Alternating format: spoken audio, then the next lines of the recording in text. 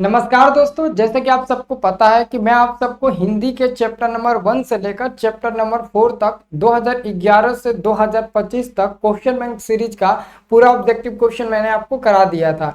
और दोस्तों आज हम आपको इस वीडियो में चैप्टर नंबर 5 से लेकर चैप्टर नंबर 8 तक 4 गो चैप्टर का क्वेश्चन बैंक का सीरीज आपको कंप्लीट कराने वाले हैं और ये आपको रिकॉर्डेड वीडियो होने वाला है। तो आप लोग इस वीडियो को लास्ट तक जरूर देखिएगा। रिकॉर्डेड वीडियो कम समय का होता है और बहुत अच्छे से आप लोग पढ़ भी लोगे, ठीक है ना। तो मैं उम्मीद करूंगा कि इस वीडियो को आप लोग अंत तक जरूर देखेंगे और क्वेश्चन बैंक पूरा आप लोग रिवीजन कर लेंगे, क्योंकि क्वेश्चन बैंक पढ़ने में ही दोस्तों भलाई है। क्योंकि आजकल के जो बिहार बोर्ड क्वेश्चन पूछता है ना, वो ज्यादातर क्वेश्चन बैंक से रिपीटेड क्वेश्चन को उठाकर डाल देता है। तो जो भी लड़का इस वीडियो को शुरू से लेकर अंत तक देखेगा, आप लोग कमेंट बॉक्स में पहले ही लिख दीजिए कि सर हम इस वीडियो को शुरू से लेकर अंत तक पक्का देखेंगे। आप कमेंट बॉक्स में जरूर हमें एक बार लेकर बता दीजिए, ठीक है।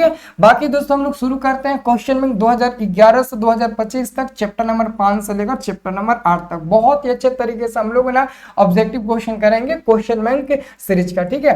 तो आइए दोस्तों हम लोग पहला नंबर की ओर बढ़ते हैं। तो दोस्तों हम लोगों का जो चैप्टर है चैप्टर नंबर 5 जिसका नाम है नागरी लिपि। तो नागरी लिपि पार्ट का हम लोग जितना भी क्वेश्चन अब तक आपके बोर्ड परीक्षा में पूछा गया सारे क्वेश्चन आपको मैं बताऊंगा, ठीक है।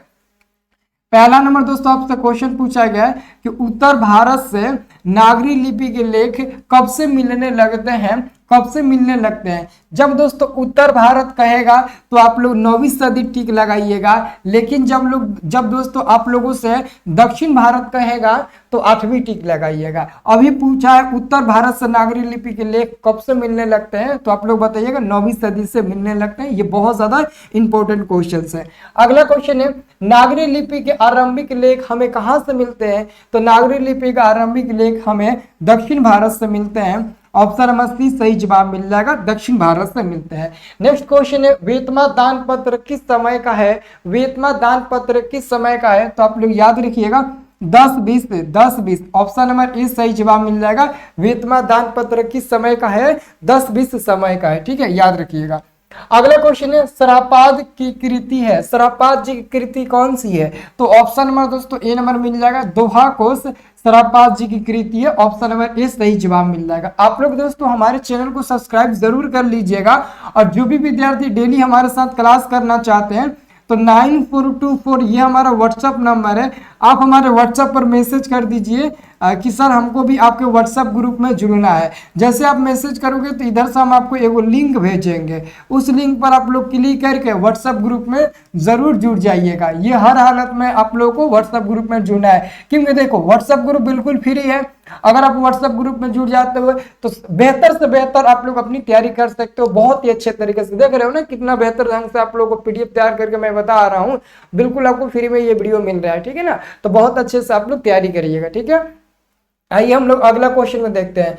12वीं सदी के केरल के शासकों के सिक्कों पर वीर केरलस जैसे शब्द लिपि में अंकित है, तो इसका सही जवाब मिल जाएगा देवनागरी लिपि में अंकित है। ऑप्शन नंबर डी सही जवाब मिल जाएगा देवनागरी लिपि में। अगला क्वेश्चन है ईसा की 14वीं-15वीं सदी के विजयनगर के शासकों ने अपने लेखों की लिपि को क्या कहा है। तो नंदी नागरी लिपि कहा है, नंदी नागरी। ऑप्शन नंबर ए सही जवाब मिल जाएगा, नंदी नागरी लिपि कहा है। अगला क्वेश्चन दोस्तों देखिएगा हिंदी लिखी जाती है। दोस्तों जो हिंदी भाषा होती है ना वो किस लिपि में लिखी जाती है। तो हिंदी भाषा देवनागरी लिपि में लिखी जाती है। हिंदी हो गया, मैथिली हो गया, यहाँ तक कि दोस्तों नेपाली हो गया, और उसके बाद से मराठी हो गया, नेवाड़ी हो गया, संस्कृत हो गया, सबके सब दोस्तों देवनागरी लिपि में आती है। ऑप्शन नंबर ए सही उत्तर हो जाएगा। नेक्स्ट क्वेश्चन है कि नागरी लिपि के लेखक कौन है। नागरी लिपि के लेखक है गुणाकर मूले। ऑप्शन नंबर सी सही जवाब मिल जाएगा। नागरी लिपि पाठ के लेखक कौन है दोस्तों, गुणाकर मूले। ये बहुत ज्यादा इंपॉर्टेंट क्वेश्चन है, आप लोग याद कर लीजिएगा, ठीक है। चलिए अगला क्वेश्चन है हिंदी भाषा की लिपि क्या है। तो हिंदी भाषा की लिपि क्या है दोस्तों, देवनागरी। ऑप्शन नंबर बी सही जवाब मिल जाएगा, देवनागरी हो जाएगा। नेक्स्ट क्वेश्चन है दोहा कोश किसकी रचना है। दोहा कोश किसकी रचना है। तो दोहा कोश दोस्तों सरापाद जी की रचना है। ऑप्शन नंबर ए सही जवाब मिल जाएगा, दोहा को शराबपाद जी की रचना है। ऑप्शन नंबर ए सही उत्तर हो जाएगा। नेक्स्ट क्वेश्चन, रामायण की रचना किस भाषा में की गई है? दोस्तों रामायण की जो भाषा, रामायण की जो रचना है वो संस्कृत भाषा में की गई है। कौन सी? संस्कृत लैंग्वेज में किया गया है। ऑप्शन नंबर आपका ए नंबर सही जवाब मिल जाएगा, संस्कृत भाषा में किया गया है, इसे याद रखना। अगला क्वेश्चन है दोस्तों, नागरी लिपि शीर्षक पाठ साहित्य की कौन सी विद्या है? नागरी लिपि शीर्षक पाठ साहित्य की कौन सी विद्या है? तो दोस्तों इसका आंसर हो जाएगा ऑप्शन नंबर बी हो जाएगा, निबंध। नागरी लिपि जो पाठ है ये एक प्रकार का निबंध है। ऑप्शन नंबर बी सही उत्तर हो जाएगा। नेक्स्ट क्वेश्चन है, तमिल, मलयालम, तेलुगु, कन्नड़ भाषाएं हैं। तो ये जितने भी 4 गो भाषाएं आपको दिख रही है ना, ये हमारे उत्तर भारत की नहीं है बल्कि दक्षिण भारत की है, मतलब साउथ इंडियन की भाषाएं हैं। साउथ वाले जो लोग हैं ना वो ये सब बोलते हैं, तमिल, मलयालम, तेलुगु, कन्नड़ तो कर्नाटक में बोलते हैं, है ना। तो ये हमारा हो जाएगा दक्षिण भारत की लैंग्वेज हो जाएगा। ऑप्शन नंबर डी सही जवाब मिल जाएगा दक्षिण भारत का। कमेंट बॉक्स में जरूर बता देना कि सर हम इस वीडियो को देख रहे हैं, कमेंट करके जरूर बताना, ठीक है। देखिए 14 नंबर क्वेश्चन, निबंध के लेखक है, इनमें से निबंध के लेखक कौन है? तो देखिए अज्ञेय पंत प्रसाद, अब प्रसाद तो कोई है नहीं, हजारी प्रसाद द्विवेदी, ये नहीं होंगे। निबंध के रचनाकार ऑप्शन नंबर ए हो जाएगा गुणाकर मूल्य जी निबंध के रचनाकार हो जाएंगे। नेक्स्ट क्वेश्चन है, सूर्य नामक पुस्तक किन की रचना है? सूर्य नामक जो पुस्तक है वो किन की रचना है? तो गुणाकर मूल्य जी का, गुणाकर मूल्य जी। ऑप्शन नंबर आपका सी नंबर बिल्कुल सही जवाब मिल जाएगा, गुणाकर मूल्य जी। बहुत ही ज्यादा इंपॉर्टेंट क्वेश्चन है, इसे आप लोग जरूर याद कर लीजिएगा। अगला हमारे पास क्वेश्चन आता है दोस्तों, नेवाड़ी भाषाएं किस लिपि में लिखी जाती है? जो नेवाड़ी भाषाएं होती है वो किस लिपि में लिखी जाती है? तो दोस्तों नेवाड़ी भाषाएं जो होती है ना वो भी देवनागरी लिपि में लिखी जाती है। ऑप्शन नंबर ए सही जवाब मिल जाएगा, देवनागरी लिपि में। अगला क्वेश्चन है दोस्तों कि हिंदी तथा इसकी विविध बोलियां किस लिपि में लिखी जाती है? तो हिंदी तथा इसकी जो विविध बोलियां बोली जाती है हिंदी के साथ साथ दोस्तों, वो सबका सब दोस्तों देवनागरी लिपि में ही आती है। ऑप्शन नंबर हो जाएगा 17 का ए नंबर सही उत्तर हो जाएगा, याद रखना। अगला क्वेश्चन है दोस्तों, विजयनगर के शासकों के लेख किस लिपि में है? विजयनगर के शासकों के लेख किस लिपि में है दोस्तों? तो नंदी नागरी लिपि में है। ऑप्शन नंबर डी हो जाएगा, नंदी नागरी लिपि में है। ऑप्शन नंबर दोस्तों डी नंबर बिल्कुल सही जवाब मिल जाएगा, राइट। अब देखिएगा दोस्तों अगला क्वेश्चन, परमार शासक भोज कहाँ के रहने वाले थे? तो परमार शासक भोज पता है कहाँ के रहने वाले थे? ये धारा नागरी के रहने वाले थे। ये कहाँ के रहने वाले थे? धारा नागरी के रहने वाले थे दोस्तों। नागरी लिपि पाठ में हम आप लोग को बहुत अच्छे से पढ़ाए थे और आप लोग पढ़े भी थे ऑलरेडी, आपको पता होगा अगर आप लोग कोर्स लिए होंगे तो, है ना। एप्लीकेशन पर मैंने आपको पढ़ाया था। तो ऑप्शन नंबर ए सही उत्तर हो जाएगा। अगला क्वेश्चन है, हिंदी के आदि कवि कौन है? तो हिंदी के आदि कवि का नाम है दोस्तों शराबपाद। ऑप्शन नंबर डी सही जवाब मिल जाएगा। हिंदी के आदि कवि का क्या नाम है दोस्तों? शराबपाद जी। ऑप्शन नंबर डी आपका बिल्कुल सही उत्तर हो जाएगा, ठीक है। अगला क्वेश्चन दोस्तों देखिएगा, भारतीय लिपियों की कहानी पुस्तक के रचयिता कौन है? भारतीय लिपियों की कहानी पुस्तक रचयिता कौन है? तो वही होंगे गुणाकर मूल्य जी जो नागरी लिपि पाठ के लेखक है। तो गुणाकर मूल्य जी बिल्कुल सही उत्तर हो जाएगा। ऑप्शन नंबर डी आपका बिल्कुल सही उत्तर हो जाएगा, ये आपको याद रखना है। अगला क्वेश्चन है, किस शासक ने ऐसा सिक्का चलाया जिस पर नागरी लिपि में रामसिंह शब्द अंकित है? दोस्तों ये क्वेश्चन 23 में पूछा, इसी क्वेश्चन को थोड़ा सा उल्टा पुल्टा करके 2025 में भी पूछा गया है। तो याद रखना दोस्तों, बादशाह अकबर हो जाएगा, बादशाह अकबर। बादशाह अकबर के शासन काल में दोस्तों नागरी लिपि में ना उन्हीं के द्वारा जो सिक्का चलाया गया था उस पर राम सीता का नाम लिखा हुआ था। तो वो बादशाह अकबर के समय, ठीक है ना। ऑप्शन नंबर डी सही जवाब मिल जाएगा। चंद्रगुप्त द्वितीय विक्रमादित्य का जो व्यक्तिगत नाम था वो क्या था? बहुत ही मोस्ट इंपोर्टेंट क्वेश्चन है इस बार के बोर्ड परीक्षा के लिए कि चंद्रगुप्त द्वितीय विक्रमादित्य का जो व्यक्तिगत नाम था वो क्या था? तो देव इनका व्यक्तिगत नाम था। सी नंबर आपका सही उत्तर हो जाएगा। नेक्स्ट क्वेश्चन है, कर्नाटक प्रदेश का स्वर्ण गोला स्थान किसका प्रसिद्ध तीर्थ स्थली है? तो जैन धर्मों का। तो जैन धर्म देखो कहाँ लिखा है, ऑप्शन नंबर डी लिखा है ना, जैन धर्मों का। जैसे कि हिंदू धर्म, मुस्लिम धर्म, जैन धर्म, सिख धर्म होता है ना, वैसे ही दोस्तों ये जैन धर्मों का मुख्य स्थली था। ऑप्शन नंबर डी सही उत्तर हो जाएगा। नेक्स्ट क्वेश्चन है, धारा नगरी का कौन शासक अपने विद्यानुराग के लिए इतिहास में प्रसिद्ध है? तो धारा नगरी के कौन रहने वाले थे? परमार कहाँ है जी, कहाँ है, परमार शासक भोज रहने वाले थे। ऑप्शन नंबर आपका सी नंबर में देखो उनका नाम दिया है ऑलरेडी। ये क्वेश्चन अब मैंने आपको बताया और वही क्वेश्चन उल्टा करके यहाँ पर आप लोगों से पूछा गया है। यहाँ पर आपका सही उत्तर हो जाएगा सी नंबर। अगला क्वेश्चन है 26 नंबर दोस्तों, मराठी, नेपाली और नेवाड़ी भाषाओं की लिपि क्या है? तो मराठी, नेवाड़ी, नेपाली ये जितनी भी भाषाएं हैं सबका सब दोस्तों देवनागरी लिपि में आती है, देवनागरी लिपि में आती है। अगला क्वेश्चन दोस्तों देखिएगा कि नागरी लिपि शीर्षक पाठ कहां से लिया गया है दोस्तों? तो ऑप्शन नंबर ए सही जवाब मिल जाएगा, भारतीय लिपियों की कहानी से लिया गया है। ऑप्शन नंबर आपका दोस्तों ए नंबर सही जवाब मिल जाएगा, भारतीय लिपियों की कहानियों से लिया गया है। ठीक है, ये आपका 27 का उत्तर ऑप्शन नंबर ए हो जाएगा। अगला क्वेश्चन है, निम्न भाषाओं में से किस भाषा को देवनागरी लिपि में लिखते हैं? इनमें से कौन सी ऐसी भाषा है जिसको देवनागरी में लिखते हैं? अंग्रेजी को नहीं लिखते हैं, ना ही पंजाबी को, ना ही बांग्ला को, बल्कि हिंदी को हम लोग देवनागरी में लिखते हैं। ऑप्शन नंबर आपका दोस्तों डी नंबर बिल्कुल सही जवाब मिल जाएगा। अगला क्वेश्चन दोस्तों देखिएगा, टकसाल शब्द का अर्थ क्या होता है? टकसाल शब्द का अर्थ होता है जहां सिक्का को ढाला जाता है, एक का दो का सिक्का जहां ढाला जाता है ना, जहां बनाया जाता है, ढाला जाता है, उसी को दोस्तों बोलते हैं। ये 24 में पूछा है ना, तो 26 में भी क्वेश्चन आएगा, हर हालत में इसे आप लोग याद कर लीजिएगा। तो ऑप्शन नंबर बी हो जाएगा, जहां सिक्का ढालते हैं वही ढालते हैं यानी कि ढाला जाता है। तो ऑप्शन नंबर आपका बी नंबर सही उत्तर हो जाएगा। नेक्स्ट क्वेश्चन है दोस्तों 30 नंबर, स्थापत्य कि उत्तर भारत के लिए एक विशेष शैली को क्या कहते हैं दोस्तों? एक विशेष शैली को क्या कहते हैं? बहुत ही मोस्ट इंपोर्टेंट क्वेश्चन है, ये आपके बोर्ड एग्जाम में बहुत बार क्वेश्चन, बहुत बार नहीं अभी 24 में ही पूछा है। ठीक है ना, तो इसका आंसर हो जाएगा नगर शैली। ये क्वेश्चन आ सकता है आपके पेपर में, क्योंकि एक ही बार अभी तक दोस्तों पूछा है, वो भी 24 के पेपर में, तो याद रखना है। अगला क्वेश्चन जरा देखिएगा, हस्तलिपि किसे कहते हैं? तो दोस्तों पता है हस्तलिपि उसे कहते हैं जो हाथ से लिखा गया हो। तो देखिए हाथ की लिखावट को हम लोग क्या कहते हैं? हस्तलिपि कहते हैं। हाथ की जो लिखावट होती है ना, हाथ की जो लिखावट होती है दोस्तों, उसको क्या कहते हैं? तो हाथ की दोस्तों लिखावट को हम लोग हस्तलिपि कहते हैं। ऑप्शन नंबर डी सही जवाब मिल जाएगा। अगला क्वेश्चन दोस्तों आपका है, अगला क्वेश्चन है 32 नंबर, बादशाह अकबर ने जो सिक्का चलाया था उस सिक्के पर किनकी आकृति अंकित है दोस्तों? ये 2025 के प्रथम पाली और द्वितीय पाली में क्वेश्चन ऑलरेडी पूछा जा चुका है दोस्तों। तो बताइए बादशाह अकबर ने जो सिक्का चलाया था उस सिक्के पर ना राम सीता का नाम लिखा गया था, याद रखना राम सीता का। ऑप्शन नंबर आपका सी नंबर बिल्कुल सही जवाब मिल जाएगा। ठीक है ना, तो 32 क्वेश्चन इसका समाप्त हो गया। अब दोस्तों हम लोग पढ़ेंगे चैप्टर नंबर 6, और चैप्टर नंबर 6 का नाम है बहादुर चैप्टर। ये एक प्रकार की कहानी है, यहाँ से भी आपके बोर्ड परीक्षा में बहुत सारे ऑब्जेक्टिव क्वेश्चन पूछे जाते हैं। तो दोस्तों आज हम लोग इस वीडियो में बहादुर चैप्टर का पूरा ऑब्जेक्टिव क्वेश्चन फिनिश करेंगे, राइट। ठीक है, चलिए आइए दोस्तों हम लोग इसका ऑब्जेक्टिव क्वेश्चन कंप्लीट करते हैं।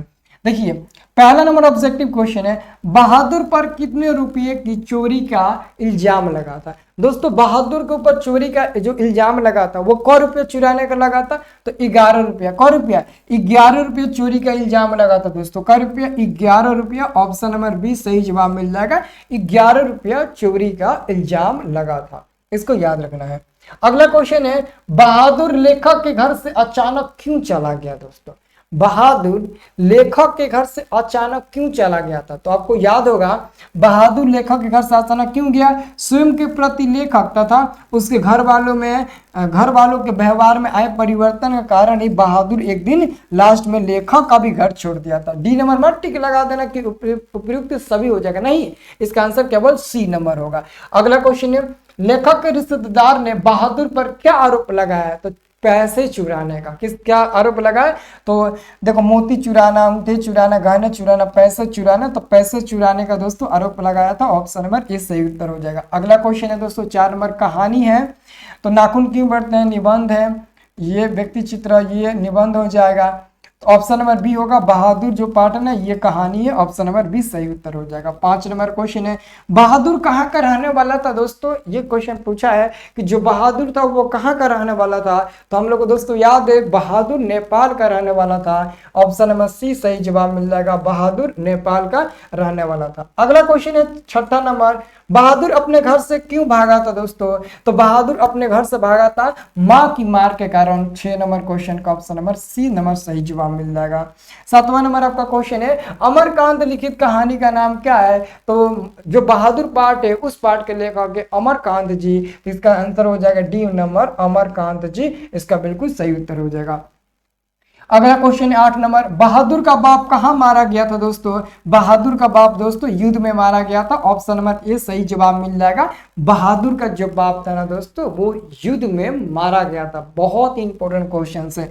अगला क्वेश्चन है दोस्तों 9 नंबर, बहादुर शीर्षक कहानी कहानी कहानी की निर्मला कौन थी? बहादुर शीर्षक कहानी में जो निर्मला थी ना वो लेखक की पत्नी थी, या कथावाचक की पत्नी कहो, या फिर कथावाचक की पत्नी, या लेखक की पत्नी, या फिर कहानीकार की पत्नी, है ना। बस यही उत्तर होगा, तीनों हो जाएगा। तो लेखक की पत्नी दिया तो लेखक की पत्नी टिक लगाइएगा, निर्मला लेखक की पत्नी थी, ठीक है ना।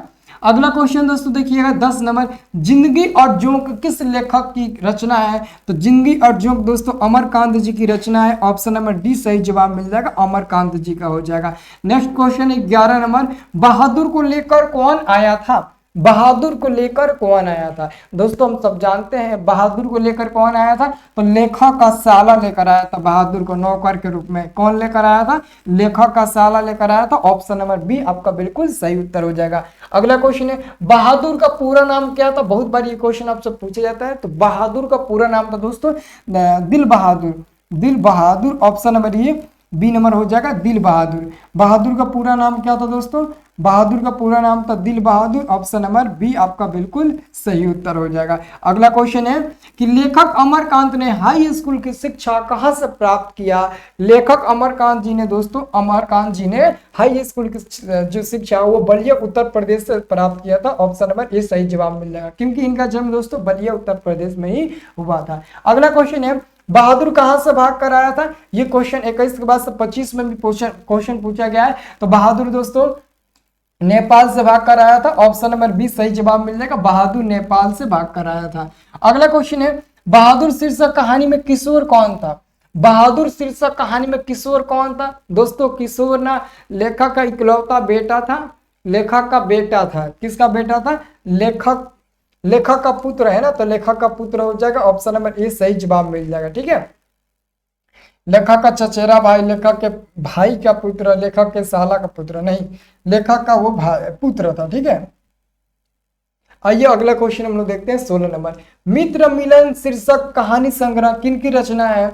तो अमरकांत जी का ही हो जाएगा। ऑप्शन नंबर दोस्तों डी नंबर आपका बिल्कुल सही उत्तर हो जाएगा। याद हो रहा है ना? याद क्या हो रहा है? सब तो याद होगा लगभग आप लोगों को, रिवीजन तो आप लोग किए होंगे पहले से तो मैं आपको चैप्टर वाइज ऑलरेडी दोस्तों पढ़ा चुका हूँ। बस मैं आपको क्वेश्चन बैंक सीरीज कंप्लीट करा रहा हूँ, क्योंकि क्वेश्चन बैंक सीरीज है ना, आपके परीक्षा में 35 से 40% क्वेश्चन यहीं से रहेंगे। मतलब कि 100 को क्वेश्चन पूछेगा, जिसमें से 20 को 25 को 30 को क्वेश्चन इसी में से रहेगा क्वेश्चन बैंक सीरीज में। इसलिए मैं सब क्वेश्चन बैंक का सीरीज आपको मैं बता रहा हूँ, ठीक है ना।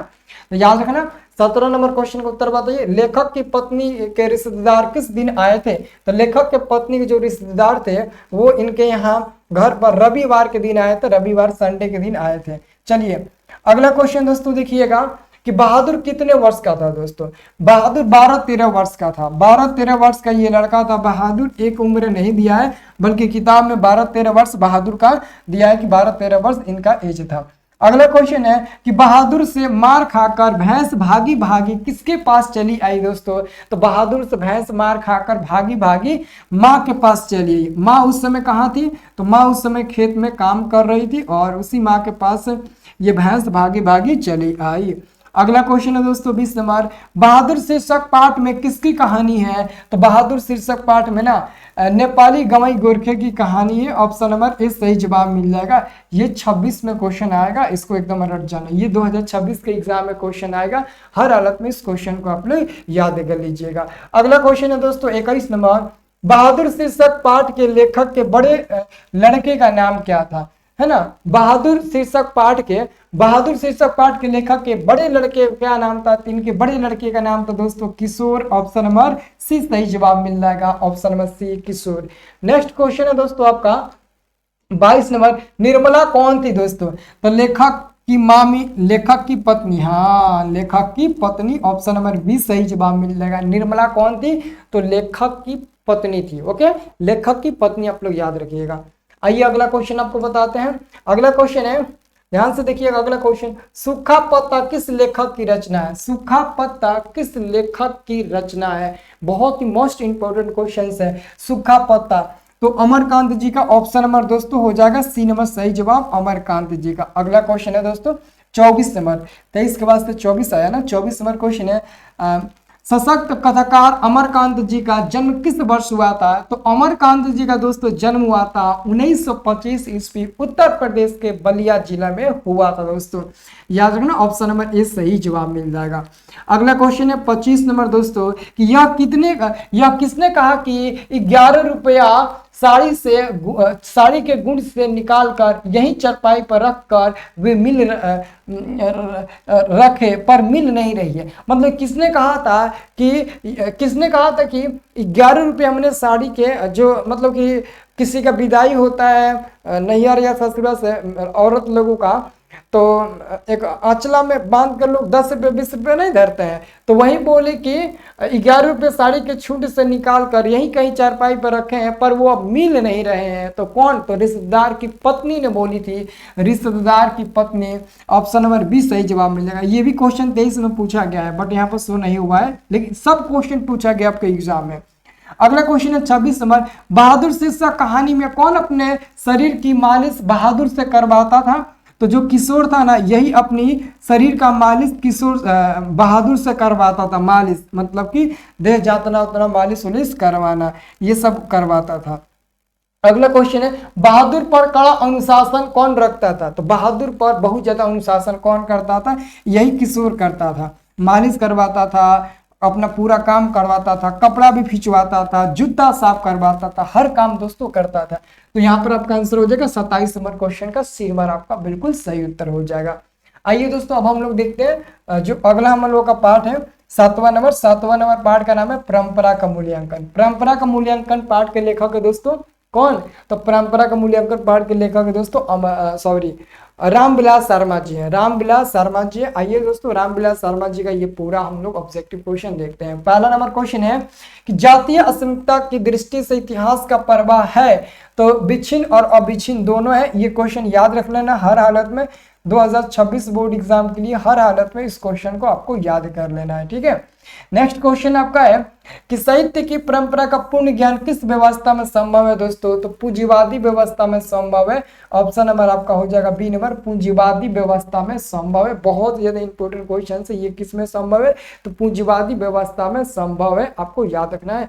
पूंजीवादी नहीं, समाजवादी होगा ना, समाजवादी होगा, समाजवादी व्यवस्था में संभव है। सॉरी, किस में संभव है? समाजवादी व्यवस्था में संभव है। ऑप्शन नंबर आपका सी नंबर सही जवाब मिलेगा। बार बार फिर भी लिख रहा हूं, सी नंबर सही उत्तर हो जाएगा।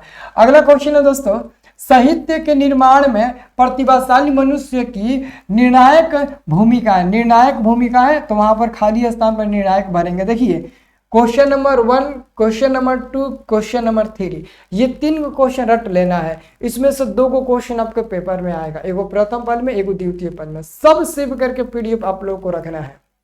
आपको पता नहीं इसका पीडीएफ कहाँ मिलता है? स्टडी प्लस ऐप पर।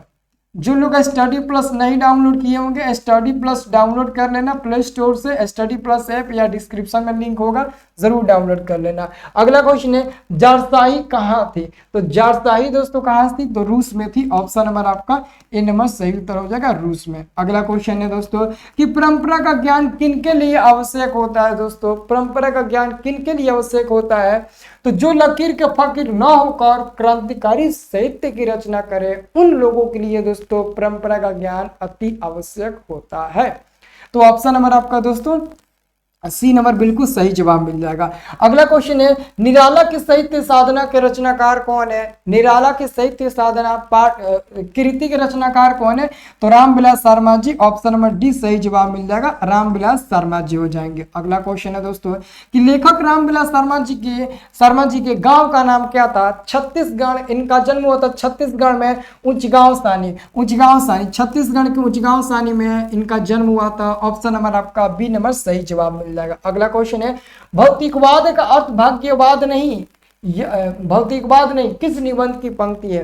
तो भौतिकवाद का अर्थ होता है भाग्यवाद नहीं। ये दोस्तों परंपरा का मूल्यांकन निबंध की युक्ति है। ऑप्शन नंबर आपका बी नंबर सही उत्तर हो जाएगा। अगला क्वेश्चन है, रामविलास शर्मा जी का जन्म कब हुआ था? 9 नंबर क्वेश्चन आपसे पूछा गया कि रामविलास शर्मा जी का कब जन्म हुआ था। तो रामविलास शर्मा जी का जन्म दोस्तों सन 1912 ईस्वी में हुआ था। सी नंबर सही जवाब मिल जाएगा, सन 1912 ईस्वी में रामविलास शर्मा जी का जन्म हुआ था। ठीक है ना। चलिए ऑप्शन नंबर आपका हो जाएगा सी नंबर। देख लो दोस्तों, रात के 11 बजे मैं ये वीडियो शूट कर रहा हूँ और आप लोग कहते हो बिना मेहनत कुछ मिल जाता है।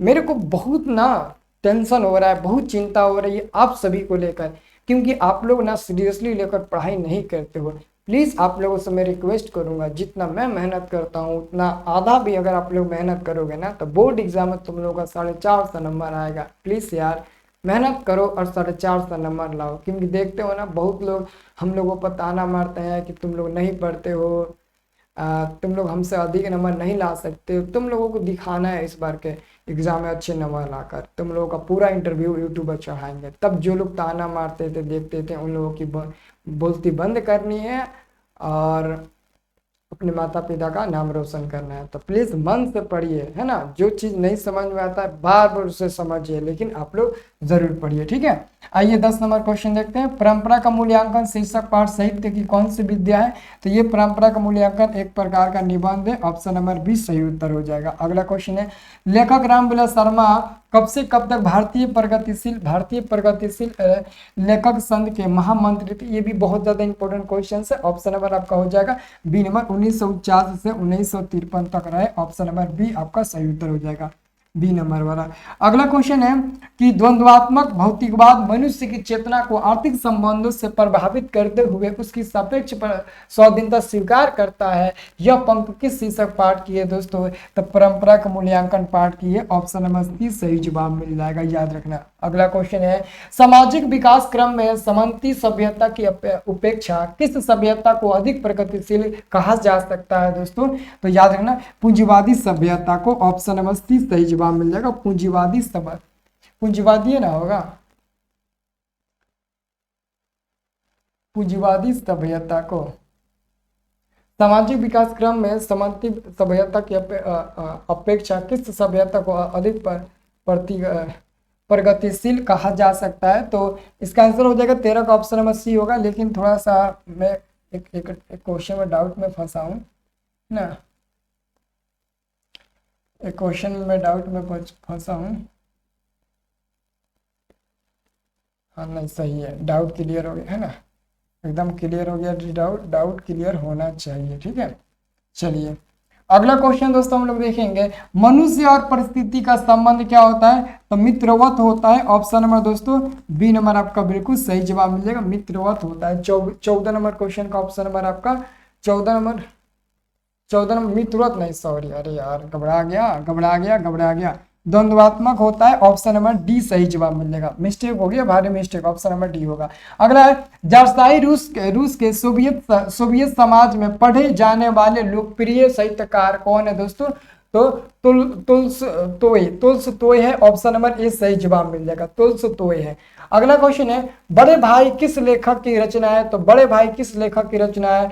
रामविलास शर्मा जी का हो जाएगा, ऑप्शन नंबर सी। अगला क्वेश्चन है दोस्तों, निम्नलिखित में से कौन हिंदी आलोचक के महत्वपूर्ण हस्ताक्षर थे? तो रामविलास शर्मा जी, इनके अलावा और कोई हो नहीं सकता है। ऑप्शन नंबर आपका दोस्तों हो जाएगा डी नंबर, बिल्कुल सही जवाब मिल जाएगा। अगला क्वेश्चन हम लोग देखेंगे दोस्तों 18 नंबर क्वेश्चन, एथेंस किस महादेश में है दोस्तों? ये यूरोप महादेश में है दोस्तों, यूरोप महादेश में। ऑप्शन नंबर आपका डी नंबर सही जवाब मिल जाएगा। अगला क्वेश्चन है, कौन मनुष्य के संपूर्ण जीवन से संबंध है? तो साहित्य संबंध है। ऑप्शन नंबर आपका बी नंबर सही उत्तर हो जाएगा। अगला क्वेश्चन है, लैटिन कवि के वर्जिल पर किसने एक बड़ी अच्छी कविता लिखी थी? अंग्रेज कवि टेनिसन ने लिखी थी। ऑप्शन नंबर आपका ए नंबर सही जवाब मिल जाएगा। अगला क्वेश्चन है कि लेखक रामविलास शर्मा को उनकी किस रचना पर साहित्य अकादमी पुरस्कार मिला था दोस्तों? तो याद रखना दोस्तों, निराला की साहित्य साधना पर रामविलास शर्मा जी को साहित्य अकादमी पुरस्कार मिला था। ऑप्शन नंबर ए सही जवाब मिल जाएगा। अगला क्वेश्चन है, यथेष्ट शब्द का अर्थ क्या होता है? यथेष्ट शब्द का अर्थ क्या होता है? अधिकार, पर्याप्त, पर्याप्त होता है ना, पर्याप्त होता है। ऑप्शन नंबर दोस्तों 22 का आंसर क्या मिल जाएगा? 22 का ऑप्शन नंबर आपका मिल जाएगा बी नंबर, पर्याप्त होता है ना। यथेष्ट शब्द का अर्थ होता है पर्याप्त। अगला क्वेश्चन है, परंपरा का मूल्यांकन शीर्षक पाठ के लेखक कौन है? तो रामविलास शर्मा जी हो जाएंगे। कौन हो जाएंगे? रामविलास शर्मा जी। ऑप्शन नंबर दोस्तों ए नंबर आपका सही उत्तर हो जाएगा। नेक्स्ट क्वेश्चन है, एक भाषा बोलने वाली जाति की तरह अनेक भाषाएं बोलने वाली राष्ट्र की भी असीमता होती है, यह शीर्षक पाठ की पंक्ति है। ये 2025 में दोस्तों द्वितीय पल में क्वेश्चन पूछा गया था। तो परंपरा का मूल्यांकन पाठ की ये दोस्तों युक्ति है। दोस्तों इस चैप्टर से बहुत ना गहराई से 2 क्वेश्चन पूछा गया था। अगला क्वेश्चन है, आदिम शब्द का अर्थ क्या होता है? आदिम शब्द का अर्थ होता है, 25 नंबर क्वेश्चन पूछा है कि आदिम शब्द का अर्थ क्या होता है? तो आदिम का अर्थ होता है अति प्राचीन, प्राचीन नहीं बल्कि अति प्राचीन, अति प्राचीन। ऑप्शन नंबर हो जाएगा बी नंबर, अति प्राचीन हो जाएगा, है ना, अति प्राचीन हो जाएगा। अति प्राचीन आपका बिल्कुल सही जवाब मिल जाएगा। टाइम ज्यादा हो गया, सोने का टाइम हो गया। चलो इस वीडियो को कंप्लीट हम लोग कर लेंगे, फिर आराम से अपलोड करके सोएंगे। अगला देखिए 26 नंबर क्वेश्चन, यदि मनुष्य परिस्थितियों का नियामक नहीं है तो परिस्थितियां भी मनुष्य का नियामक नहीं है, यह कथन किस लेखक की है? दोस्तों यह कथन रामविलास शर्मा जी का है। ऑप्शन नंबर आपका सी नंबर सही जवाब मिल जाएगा। ये भी क्वेश्चन 2025 के द्वितीय पाली में, देखो 2025 के द्वितीय पाली में ना इस चैप्टर से देखो 3 क्वेश्चन पूछा है, 3 क्वेश्चन, और 1 क्वेश्चन प्रथम पाली में, है ना। 3 क्वेश्चन द्वितीय पाली में पूछा है इस चैप्टर से, समझ लो, और 1 क्वेश्चन प्रथम पाली में पूछा है। गजब हो गया। चलिए आइए हम लोग दोस्तों अगला चैप्टर देखते हैं, जित जित में निरखतु। जित जित में निरखतु, आइए हम इस पार्ट को दोस्तों देखते हैं। जित जित में निरखतु, इस पार्ट को कंप्लीट करते हैं। पहला नंबर क्वेश्चन है, पंडित बिरजू महाराज को संगीत नाटक अकादमी अवार्ड मिला तब उनकी उम्र क्या थी? जब दोस्तों पंडित बिरजू महाराज को संगीत साहित्य अकादमी पुरस्कार मिला था, उस समय उनका उम्र जो था वो महज 27 वर्ष था। ऑप्शन नंबर ए नंबर सही जवाब मिल जाएगा। अगला क्वेश्चन है, पंडित बिरजू महाराज लखनऊ घराने के किस पीढ़ी के कलाकार है? तो पंडित बिरजू महाराज लखनऊ घराने के 7वें पीढ़ी के दोस्तों कलाकार है। तो ऑप्शन नंबर हो जाएगा बी नंबर सही उत्तर हो जाएगा, 7वें पीढ़ी के कलाकार है। नेक्स्ट क्वेश्चन है कि बिरजू महाराज खुद को किसका शागिर्द मानते थे? तो पंडित बिरजू महाराज अपने पिता का ही शागिर्द मानते थे और अपनी अम्मा को सबसे बड़ा जज मानते थे। तो पिताजी को शागिर्द मानते थे। ऑप्शन नंबर ए सही जवाब मिल जाएगा, ए नंबर। अगला क्वेश्चन है, बिरजू महाराज का संबंध है, तो बिरजू महाराज का संबंध कथक नृत्य से है। ऑप्शन नंबर सी सही जवाब मिल जाएगा, कथक नृत्य से है। अगला क्वेश्चन है 5 नंबर कि बिरजू महाराज के चाचा का क्या नाम था? बिरजू महाराज के चाचा जी का नाम था शंभू महाराज। और आपको पता है कि जब पंडित बिरजू महाराज के पिताजी का मृत्यु 9.5 साल की उम्र में हो गई थी, जब पंडित बिरजू महाराज 9.5 साल के थे ना, तो उनके पिताजी का मृत्यु हो गया था। जब उनके पिताजी का मृत्यु हुआ तो उनके चाचा ने भी उनका साथ छोड़ दिया था। जब पिताजी जीवित थे तो चाचा पापा दोनों एक साथ रहते थे और मिलजुल कर रहते थे। और जैसे ही पंडित बिरजू महाराज के पिताजी का मृत्यु हुआ, उस समय दोस्तों पंडित बिरजू महाराज 9.5 साल के थे। उस समय उनके चाचा ने भी उनका हाथ छोड़ दिया। अब उनके साथ उनकी माँ थी, वो अपने पिताजी का क्रियाक्रम कजिया वगैरह करने के लिए भी उनके पास पैसा नहीं। तो बताइए कि कितना दुख होता होगा कि जब 9.5 साल की उम्र में पिताजी का मौत हो जाए और घर में दाना ना हो खाने के लिए, उस समय हम पिताजी का क्रियाक्रम कैसे करेंगे? उस समय भी दोस्तों जो उनको तालीम मिली थी पिताजी से, संगीत से संबंधित नाचना गाना, उन्हीं से दोस्तों वो पैसा कमाया। पिता के इधर मृत्यु हुई है और उसके बिहान भइला 2 दिन बाद कोई कैसे जा सकता है डांस करके पैसा कमाने? अच्छा लगता है, लेकिन ये ऐसे व्यक्ति थे जो ऐसे किए हैं, इसलिए इनको ऐसा नहीं जाना जाता। बहुत ही महान ये व्यक्ति हैं बिरजू महाराज। देखिए बिरजू महाराज की ख्याति किस रूप में है? तो बिरजू महाराज की ख्याति दोस्तों नर्तक के रूप में है। ऑप्शन नंबर ए सही जवाब मिल जाएगा। अगला क्वेश्चन है कि जित जित में निरखतु पाठ साहित्य की विद्या क्या है? तो जित जित में निरखतु साक्षात्कार है। ऑप्शन नंबर सी सही जवाब मिल जाएगा। अगला क्वेश्चन है कि शंभू महाराज बिरजू महाराज के कौन थे? जो शंभू महाराज थे वो बिरजू महाराज के चाचा लगते हैं। चाचू नहीं कहो, बहुत मतलब ना अच्छे नहीं थे चाचू, है ना, धोखा दे दिए थे बिरजू महाराज को। हलकारे का अर्थ क्या होता है? हलकारे का मतलब होता है हल जोतने वाले, या फिर संदेहवाहक, या फिर कलाकार, या फिर दोस्तों गायक। 9 नंबर क्वेश्चन बहुत ही ज्यादा इंपॉर्टेंट है। तो ऑप्शन नंबर आपका हो जाएगा बी नंबर, संदेश वाहक होता है। हलकारे का मतलब होता है संदेश वाहक। अगला क्वेश्चन है, पंडित बिरजू महाराज किस घराने के वंशज थे? तो पंडित बिरजू महाराज दोस्तों लखनऊ घराने के 7वें पीढ़ी के वंशज थे। ऑप्शन नंबर आपका बी नंबर सही जवाब मिल जाएगा। अगला क्वेश्चन है कि बिरजू महाराज का संबंध है तबला, संतूर, बांसुरी, इनमें से कोई नहीं हो जाएगा।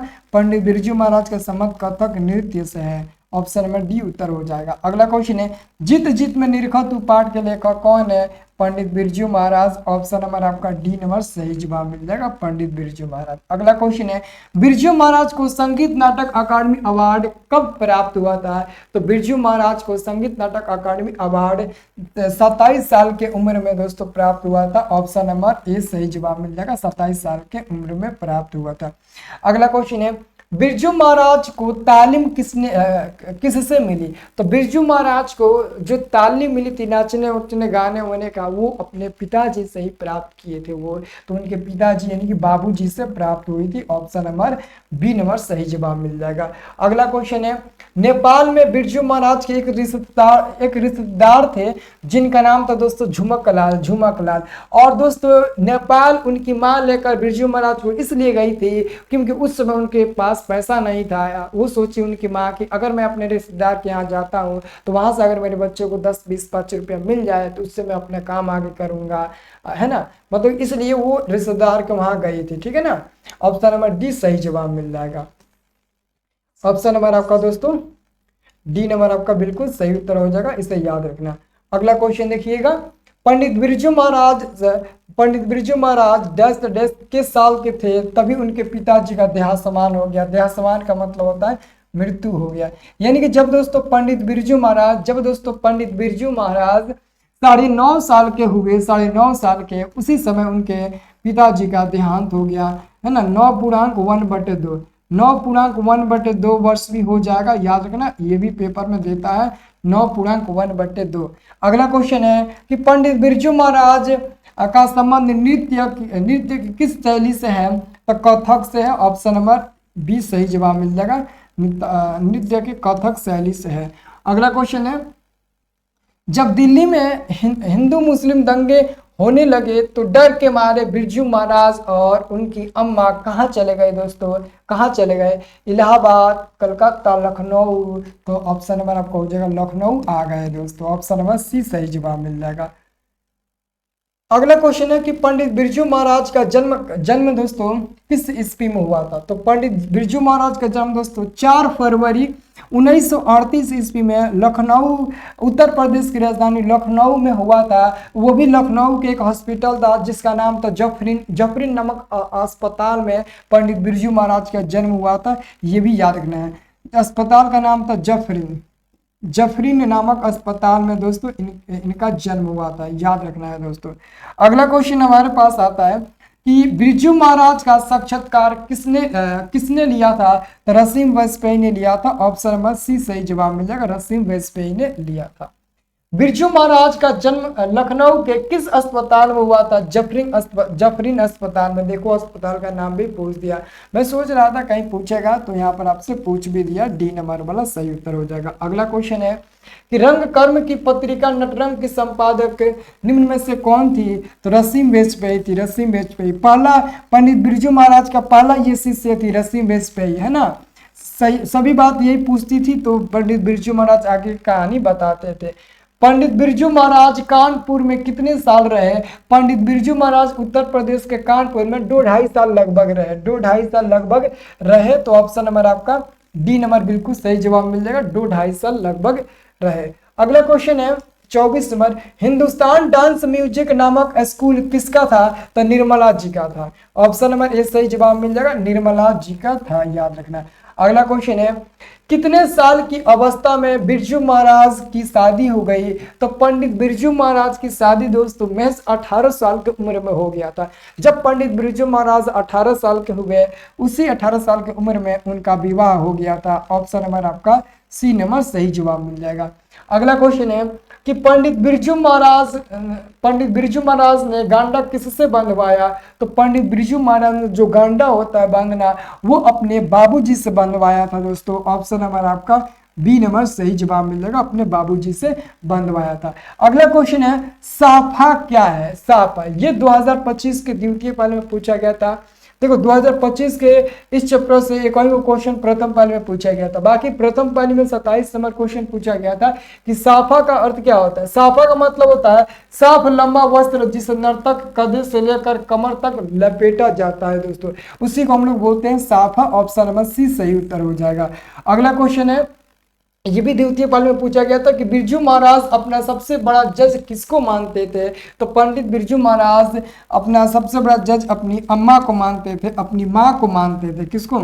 अपनी माँ को मानते थे। ऑप्शन नंबर आपका बी नंबर दोस्तों बिल्कुल सही जवाब मिलेगा, वो अपने माँ को मानते दोस्तों। बहुत ही ज्यादा इंपॉर्टेंट क्वेश्चन है, अपनी माँ को मानते थे, ठीक है ना। ये दोस्तों आपका पूरा खत्म हो गया चैप्टर 8 तक। अब दोस्तों और एक बार क्लास लेंगे ना तो चैप्टर 12 तक खत्म हो जाएगा। उसके बाद से चैप्टर नंबर 1 से लेकर चैप्टर नंबर 12 तक सब्जेक्टिव क्वेश्चन 2 नंबर वाला 5 नंबर वाला फिनिश कर देंगे, ठीक है ना। तो आप सबको ये क्लास कैसा लगा होगा आप लोग कमेंट करके जरूर बताइएगा। उम्मीद है कि चैनल को भी सब्सक्राइब आप लोग जरूर कर लिए होंगे, नहीं किए होंगे तो करना सब्सक्राइब जरूर, ताकि 1 मिलियन हमारा भी परिवार इस साल के मतलब इस सीजन में 2026 में जरूर हो जाए, ठीक है। बहुत बहुत शुक्रिया। आपके माता पिता को मेरा नमस्कार बोलना।